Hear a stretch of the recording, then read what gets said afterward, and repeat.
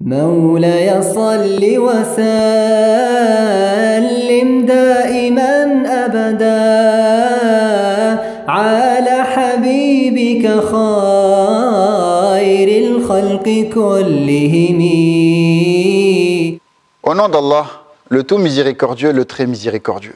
Louange à lui et que la prière ainsi que le salut soient sur le prophète.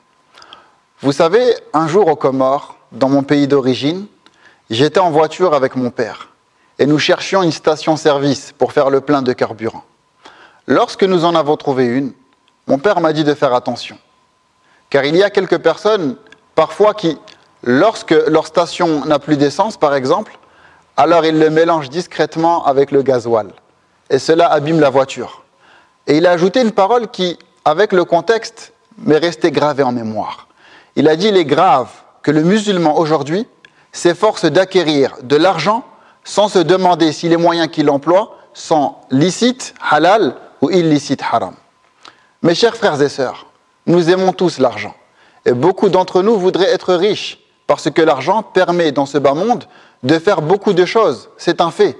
Mais cet argent doit être acquis par des moyens permis en islam. Si ce n'est pas le cas, alors il est mieux de se contenter de ce qu'on acquiert par les moyens licites, alhamdulillah. Car celui qui se nourrit, s'abreuve et s'habille de l'illicite, du haram, s'expose à un dur châtiment d'Allah. Dans un hadith, le prophète, prière et salut sur lui, a dit « Kullu lahmin nabata min suht, fannaru awla bihi » ce que l'on pourrait traduire par « Tout corps qui se développe par des gains illicites est plus à même d'être au feu » rapporté par l'imam Ahmed. En plus de ça, l'argent illicite est une des raisons qui empêche d'être exaucée l'invocation ad-du'a. À ce sujet, dans un autre hadith, le prophète, prière et salut sur lui, nous donne l'exemple d'un homme qui réunit certaines causes qui contribuent à ce que l'invocation soit exaucée. Mais il nous dit que malgré ça, les invocations de cet homme ne sont pas exaucées en raison du haram par lequel vit son corps.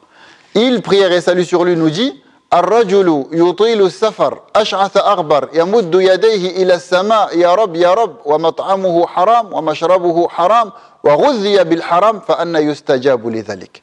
Ce qui a pour sens, l'homme effectuant un long voyage, les cheveux ébouriffés et poussiéreux, qui lève ses mains vers le ciel, ô Seigneur, alors que sa nourriture est illicite, sa boisson est illicite, et il a vécu dans l'illicite. Comment celui-là pourrait-il être exaucé? Rapporté par Muslim.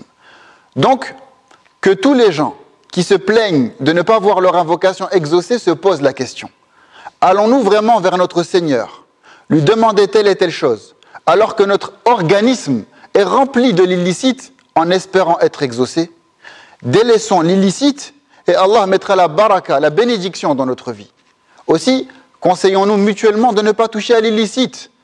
Entraidons-nous dans les bonnes choses et dans la piété.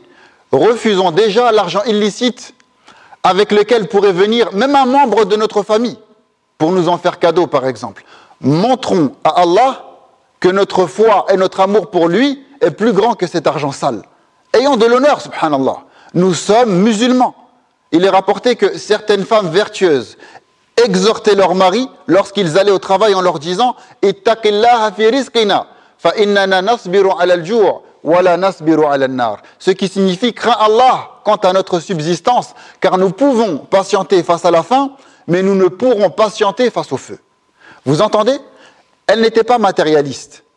Elle ne leur demandait pas de ramener de l'argent par n'importe quel moyen, parce que les bonnes choses, toutes les bonnes choses, dans le couple, ne peuvent naître que du licite, al-halal. Alors nous demandons à Allah de nous accorder de l'argent licite. Allez, si la vidéo vous a été profitable, donnez-nous un petit clic halal en vous abonnant à la chaîne. C'est important que la paix et la miséricorde d'Allah soient sur vous.